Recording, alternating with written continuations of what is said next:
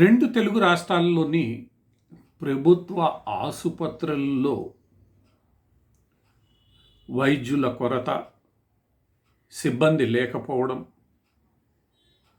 పరికరాల కొరత, వీటన్నింటికి తోడు మందుల కొరత కూడా పట్టి పీడిస్తోందన్న వార్తలు కలవరాన్ని సృష్టిస్తున్నాయి. అవసరమైన సమయంలో అవసరమైన మందులు లేకపోవడం, అవసరమైన సమయంలో అవసరమైన పరీక్షలు నిర్వహించే పరిస్థితి ప్రభుత్వ ఆసుపత్రుల్లో లేకపోవడంతో ఆ ఆసుపత్రులకు వెళ్ళే వారు, ముఖ్యంగా పేదవారు చాలా ఇబ్బందులు ఎదుర్కొంటున్నారు.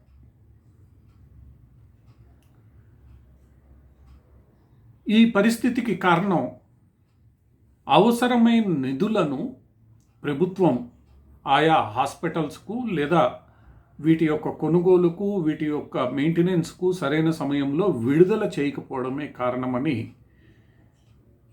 ప్రభుత్వ ఆసుపత్రుల మేనేజ్మెంట్లు అంతర్గతంగా స్పష్టం చేస్తున్నాయి. వాటికి అవసరమైన నిధుల విడుదలలో తీవ్ర జాప్యం జరగడము,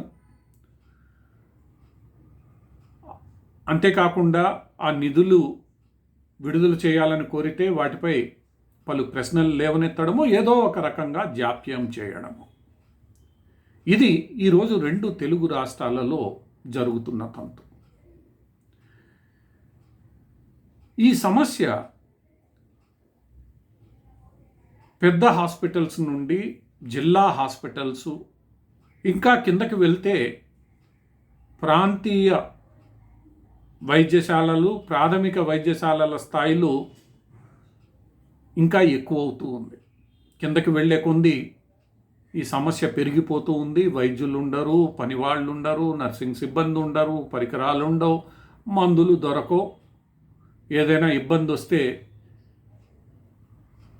హైదరాబాద్ నగరానికో, విజయవాడ నగరానికో, విశాఖపట్నం నగరానికో పరుగులు పెట్టాల్సిందే. పరిస్థితిని చక్కదిద్దాల్సిన రెండు తెలుగు రాష్ట్రాల ప్రభుత్వాలు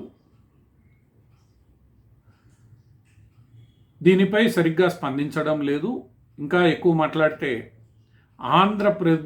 ఆంధ్రప్రదేశ్ ప్రభుత్వం ఇటీవల ఒక నిర్ణయం తీసుకుంది.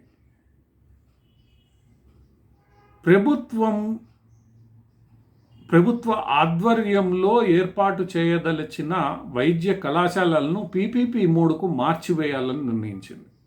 దానిపై ఆంధ్రప్రదేశ్ రాష్ట్ర ఆరోగ్య శాఖ మంత్రి స్పందిస్తూ ప్రభుత్వం ఈ విషయంలో పెద్దగా చేయగలిగిందేమీ లేదని, ప్రభుత్వానికి ఎన్నో ఇబ్బందులు ఉన్నాయని, అందుకనే PPP విధానంలోకి మారుస్తున్నామని ప్రకటించేశారు. దీంతో ఆరోగ్య వ్యవస్థను సరిచేయడంలో కానీ, దాన్ని అభివృద్ధి చేయడంలో కానీ, దాన్ని విస్తరించడంలో ప్రభుత్వం చేయగలిగింది ఏమీ లేదని వైద్య ఆరోగ్య శాఖ మంత్రి స్వయంగా చేతులెత్తేశారు. ఇక తెలంగాణలో అలా చేతులు ఎత్తకపోయినా పరిస్థితి పెద్దగా మార్పేమీ లేదు. వైద్య కళాశాలల్లో సిబ్బంది కొరత, ముఖ్యంగా అధ్యాపకుల కొరత ఎంత ఉందో అందరికీ తెలిసిందే. ఆ అధ్యాపకుల కొరతతో అక్కడ చదువుకున్న విద్యార్థుల పరిస్థితి ఏమిటో తెలుసు. ఆరోగ్యశ్రీ ఇచ్చాం, ఇంకా మీరు ప్రైవేట్ హాస్పిటల్లో చికిత్స తీసుకోండి అని అనుకుంటే ఆ ప్రైవేట్ హాస్పిటల్స్ ఎలాంటి చికిత్స అందిస్తున్నాయో అందరికీ తెలుసు. ఆ ఆరోగ్యశ్రీలో ఉన్న నిబంధనల కారణంగా అవసరమైన చికిత్స ఏం లభిస్తోందో ఏ వైద్య నిపుణుడిని అడిగినా మనకి ఖచ్చితంగా తెలియజేస్తారు. బహిరంగంగా చెప్పకపోయినా ఏం జరుగుతోందో తెలుస్తోంది. ఇలాంటి పరిస్థితుల్లో మనిషి బతకడానికి అవసరమైన విద్యా రంగాలలో ప్రభుత్వాలు ఎక్కువగా దృష్టి కేంద్రీకరించాల్సిన అవసరం ఉన్న వేళ, పేదలకు వీటిని అందించాల్సిన బాధ్యత ఉన్న చోట ప్రభుత్వాలు ఏమాత్రం పట్టించుకోకపోవడం పరిస్థితిని నానాటికి దిగజారుస్తోంది. ఇకనైనా రెండు తెలుగు రాష్ట్రాల ప్రభుత్వాలు